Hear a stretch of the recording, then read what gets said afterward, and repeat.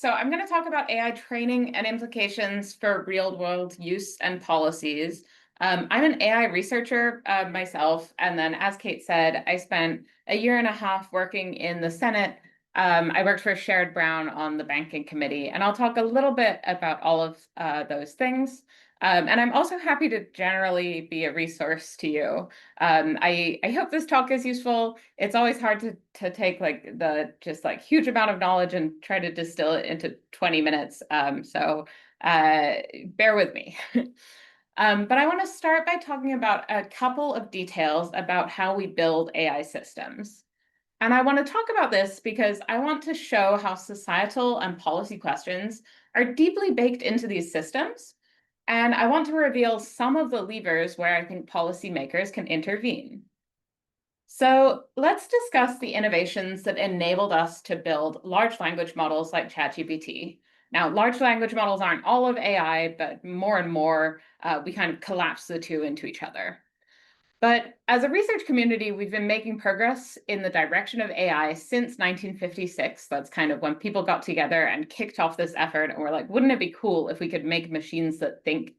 So this field is really old and progress has been a long time coming. It can feel like it's only like, I don't know, 3 years old, but it's actually got a lot of history and ups and downs and past experiences when we thought AI was going to change the world, and then it didn't live up to expectations, and the markets backed off, and then funding dried up, and then again it dried up, and then again we have this incredible technology, but will it live up to its potential? That's where we're on the cusp. So for the sake of discussion today, we're going to start in 2017 when the AI research community had a breakthrough in generative pre-trained transformers. So imagine a person starts providing a sentence to an AI system, like the beginning of a sentence. Let's say this sentence begins with, AI will be pre-distributive if, ... We might feed this sentence to a transformer, and these generative pre-trained transformers are trained just to predict the next word in the sentence, and they can perform that operation iteratively. So when we train these systems on massive amounts of data, effectively often the entire internet, they can build sort of latent models of knowledge in their ability to predict the next word. So there's an obvious policy question here, which is what data should these systems be allowed to train on? And there's a bunch of reasons why we might restrict the types of data that we allow. One is perhaps the most obvious, right? Copyright and intellectual property. And this is currently being litigated. Anthropic settled for $1.5 billion for using copyright materials to train these systems. So that's one issue. Another issue is like national security risks. Like if you build these systems on all of human knowledge, you include a lot of information about how to build chemical weapons and cybersecurity risks and things like that. And so you might want to add constraints there. And then there are all sorts of other questions. So should these systems be trained on the data that's produced by workers? And what are the implications for labor? But let's set aside those questions. They're for you all to answer. However we get this data, this transformer is trained to search over possible next words or phrases to respond to this prompt. So a couple of examples might be in response to this sentence fragment are either this technology or it balances. Now, both of these are possible, and they could produce a grammatically correct sentence, which is what the transformer has learned to do. So the transformer will have some probability over how likely each of these next possible words or phrases is. And maybe it thinks it balances is the most likely next phrase, and then this technology is the second most likely. And by repeatedly using this transformer to predict the next word, we can produce a sentence like this. AI will be pre-distributive if this technology will be distributed to people in the future. Now, you might have some issues with this sentence, perhaps about the meaning of pre-distributive, which concerns how inequality can be reduced. But this result, this fact that we're able to put a sentence fragment into these systems and generate an on-topic and seemingly fluent, grammatically correct sentence, like that's incredible. So why wasn't 2017, when the research community made this, the year we all started talking about AI constantly? Why was it another 5 years? Well, GPTs were a big step forward, but they're fundamentally very limited since they generate nonsense. It's grammatically correct nonsense, which is incredible, but it's still nonsense. So we instead want to create models that construct meaningful sentences that people can steer and engage with. And for this, we introduce reinforcement learning from human feedback, or RLHF, which happens to be one of my main areas of study, so I'm a little biased here. Now, RLHF doesn't fully solve this nonsense problem, which is why we still talk about hallucinations, where AIs come up with fake citations, or they might speak authoritatively about nonsense. They might give you instructions about how to do something, but those instructions actually don't correspond to what you're trying to achieve. So RLHF helps a lot, and it's made these systems generally usable, but it hasn't solved the problem at its core. Now, in RLHF, we ask humans to compare different responses and use their feedback over which is better to guide the design of these models. So for this example of this sentence fragment we had before, one option might be how we finished the sentence before.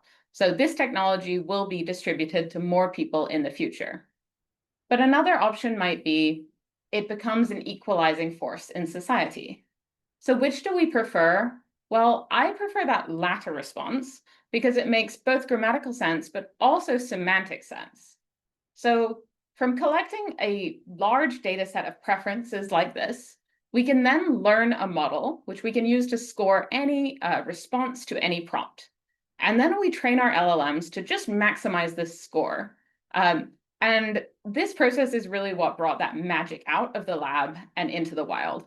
So when LLMs are trained to maximize human preferences like this, they become steerable and they become generally useful. And that's why something ridiculous like 60% of students are using them in classes, and why we're all talking about them constantly today. Okay, but the only two criteria that LLMs have used for training is that first, they need to be able to predict the next word or phrase. And this provides that impressive ability to relate words to one another and generate grammatically correct sentences. And then that second criteria is that they can predict what responses humans will like best, which provides the ability to let people steer and use these models for various tasks. But there are a bunch of challenges that arise from how we train these systems. And so these are some of these challenges. So the first is there's no deeply embedded sense of right or wrong beyond what we're able to kind of ascertain just from maximizing human preferences. And related to that, there's no deeply embedded sense of danger or risk or appropriateness. So you can ask an LLM, like, how do I make a chemical weapon? And the RLHF step might say, like, humans prefer it when we don't answer this question, but it's not deeply baked into the system. And if that knowledge was in the internet, it will be something that we can extract from the LLM. And then we see some emergent properties like sycophancy. LLMs love telling us that we're great and we're brilliant and our ideas are great. And it turns out that that's kind of an emergent property of using reinforcement learning from human feedback, because humans like to be told those things. And so we gravitate towards responses in those lines. Okay, so now I want to move into discussing how we moderate AI. And right now, this is primarily through RLHF. So RLHF was the turnkey solution that allowed us to take GPTs out of the lab and make them usable through this steerable natural language interface. And so RLHF really unlocked the current craze, and it was an incredible innovation.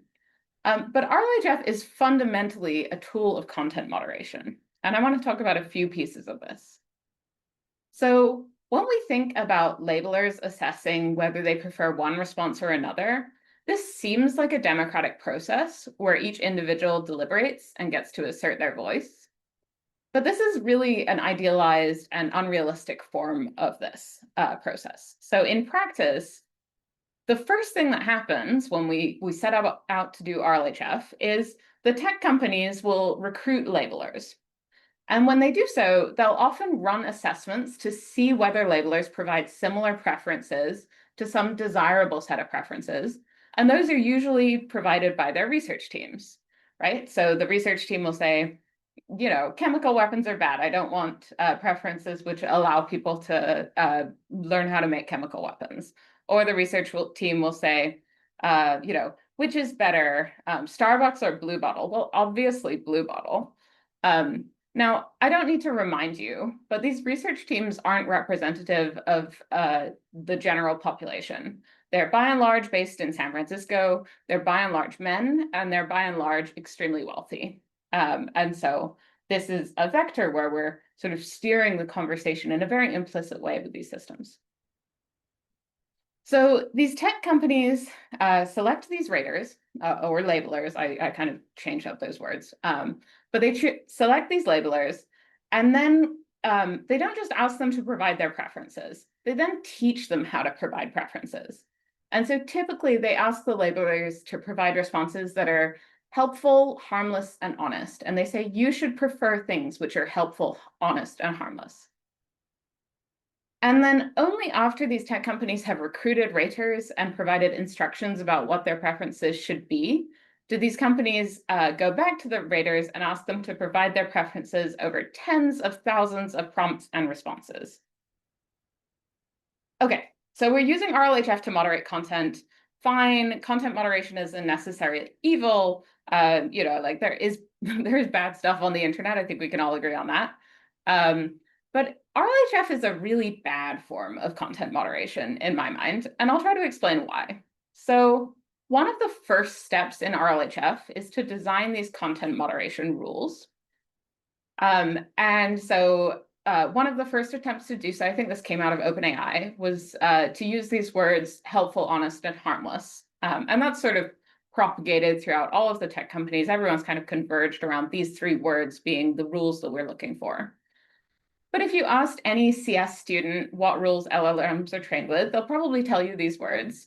But the question of what each of these words means, especially like what does harmless mean, and whether our objective should be for these systems to be harmless is up for debate, and it's a policy debate. But the tech companies have also tried different approaches to content moderation through these rules. So for example, one of the tech companies has added one moderation rule to be, you should prefer responses that sound more like Gandhi. So they've tried some different things here. And then from whatever content moderation rules they come up with, they then solicit preferences from that pool of vetted labelers that adhere to these rules. And then we use some math to learn an approximate reward model that tries to encode these rules. But this math is actually like kind of up for debate. Like different people have different ideas about how we should write these, like well-form this optimization problem. And so we might be successful in recovering these rules, or we might not. It might depend on the math. It might not, right? It's an approximate model. And so we're losing some information here. And then finally, we use reinforcement learning to optimize an LLM that maybe preserves these rules. So again, that's an approximation. So like we might be successful in learning these rules, or we might not. Now, this content moderation is buried so deeply into these systems that it's totally inscrutable. It's hard for us to reason about what content moderation rules we want to see, or what the effect would be of changing these content moderation rules. And so I highlight this issue of content moderation because I believe it's a place in which policymakers can intervene. So for example, right now, we average all human preferences into a single model, but is this single average model of human preference what we want in AI? This process of averaging creates this problem of monoculture, and you can kind of think about it like as a monopoly as well, right? We're trying to push everyone to have similar ideas. And how is this affecting markets? And how is this affecting development of teenagers? They're all questions we should be asking. And as LLM builders, we also don't pay attention to expertise. So when we collect these labels and we learn from these labels, someone who provides labels about, say, living with a disease contributes the same amount to this model, whether or not they have any personal experience with that disease. Now, in the kind of related fields of public opinion research and think like the census, government tries really hard to capture the preferences of all people and to understand what the population believes. So maybe there are related policy levers we could explore here to think about what preferences really mean. And this is really an interdisciplinary undertaking.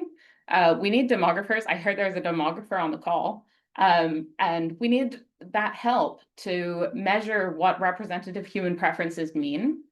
And then we need economists to opine about the meaning of preferences and the underlying models and what this means for economic development. And then we need social scientists of all forms to study the consequences of our approaches to content moderation. And then we need government to support all of these efforts. Okay, so that's all I'm going to say about training and using AI systems, but I also want to shift gears and very briefly discuss my AI policy work in the federal government. So forgive me, it's quite a federal perspective. So the thesis of my time in DC is actually really quite optimistic, and I left in January 2025. But my thesis is that existing laws apply to AI systems, and that the task before us is largely to wield and enforce these laws to incentivize safe AI development and deployment. And earlier we talked specifically about LLMs, but in my policy work, AI is much more broadly construed. So it includes LLMs and all the fancy new models, but it also includes simple discriminative neural networks or even linear regression or something like that. And I argue that we have to take this broad view for a couple of reasons. So one reason is that when we define AI, we create fragility in our laws and opportunities to skirt the law. Another reason is that we often don't know exactly what models companies are using or whether they're using AI at all, but we still want to ensure a shared and even-handed rulebook. Now, while our existing laws provide a lot of protections, I do still believe these laws need strengthening. And of course, we need some new laws.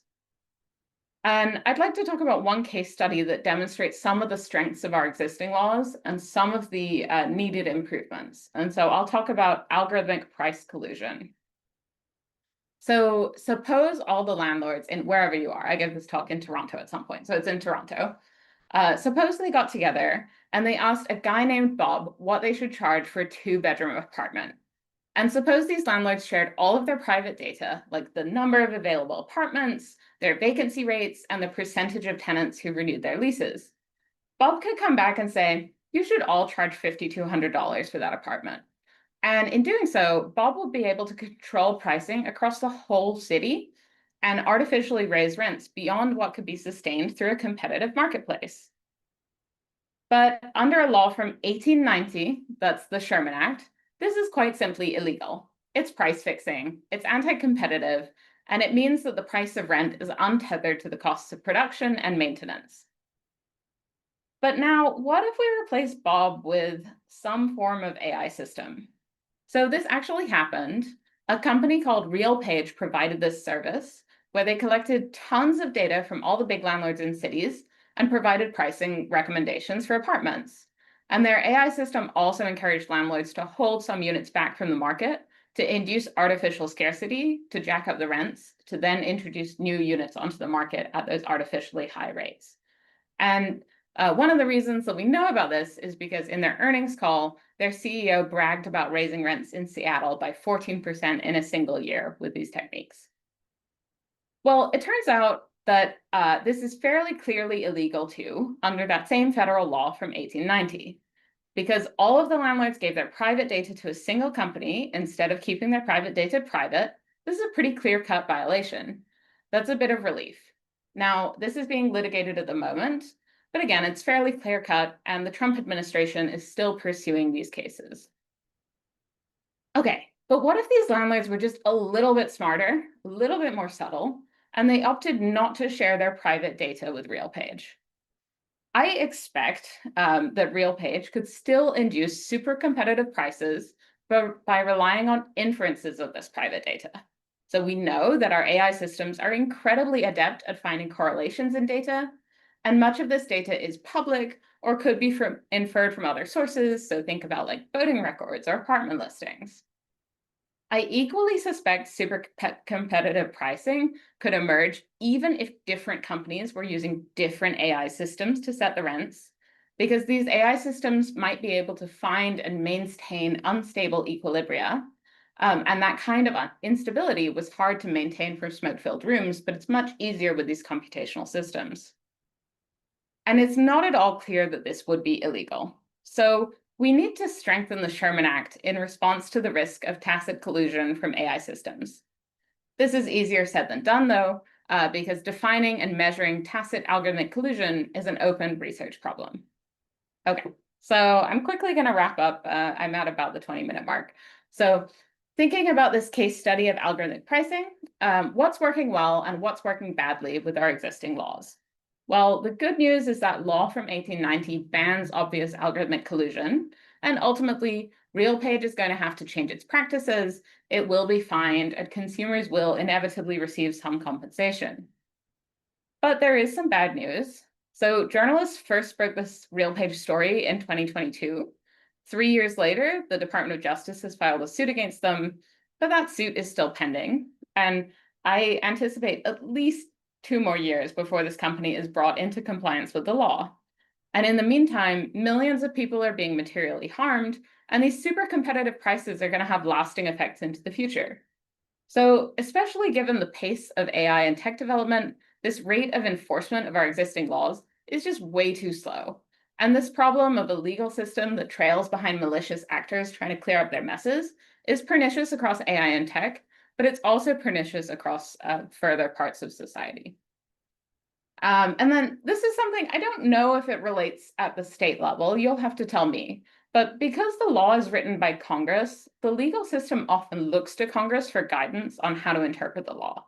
So if Congress looks at this Sherman Act thing and starts to think about tacit collusion and this possibility of the future, then anything Congress says or does, or any hearings that Congress has, might be mentioned in a court of law during this RealPage case. And so, we might want to strengthen the Sherman Act, but if Congress weighs in, then the court will pick this up as commentary about the evidence, and it could weaken the case. And so this induces a paralysis. Congress can't strengthen the law because the law is being interpreted, and any action could compromise the proceedings. Okay, so what do I think are the next steps for policy? Well, we should study how AI challenges our existing laws. In my opinion, we should bias towards interpreting old, vetted, and existing laws to govern AI regulation. And then I think we should especially focus on sort of the intersections between AI and children, AI and workers, AI and consumers, and then data protections. We talked a lot about the different types of data used to train these systems, and some of the vulnerabilities therein. And so we need to focus on that data question. And of course, from the federal perspective, we've been utterly unsuccessful in crafting a data privacy law. And so really that's falling to the states, and it's falling to the states in sort of a domain by domain manner as well. Lastly, you'll hear people say over and over again, oh, like the reason we are winning and the reason our AI development is so cool and propping up our markets and there's so much innovation is because, we don't have regulation, and so we shouldn't be pursuing regulation. I utterly disagree with this. I think that regulatory certainty is helpful and not harmful for innovation, and we should not be at all afraid to regulate. I think what we should be afraid of is to be wishy-washy, or regulations change, or the conditions under which the companies are allowed to do business changes over time. I think we should act with purpose and communicate our intent, and then the companies will adapt as needed to support their businesses in spite of regulation that can protect citizens, children, workers, consumers, what have you. Okay, I'm going to stop here. Thanks. And how do I stop sharing? That's over here. Thank you, Serena. That was great. I am trying to unpick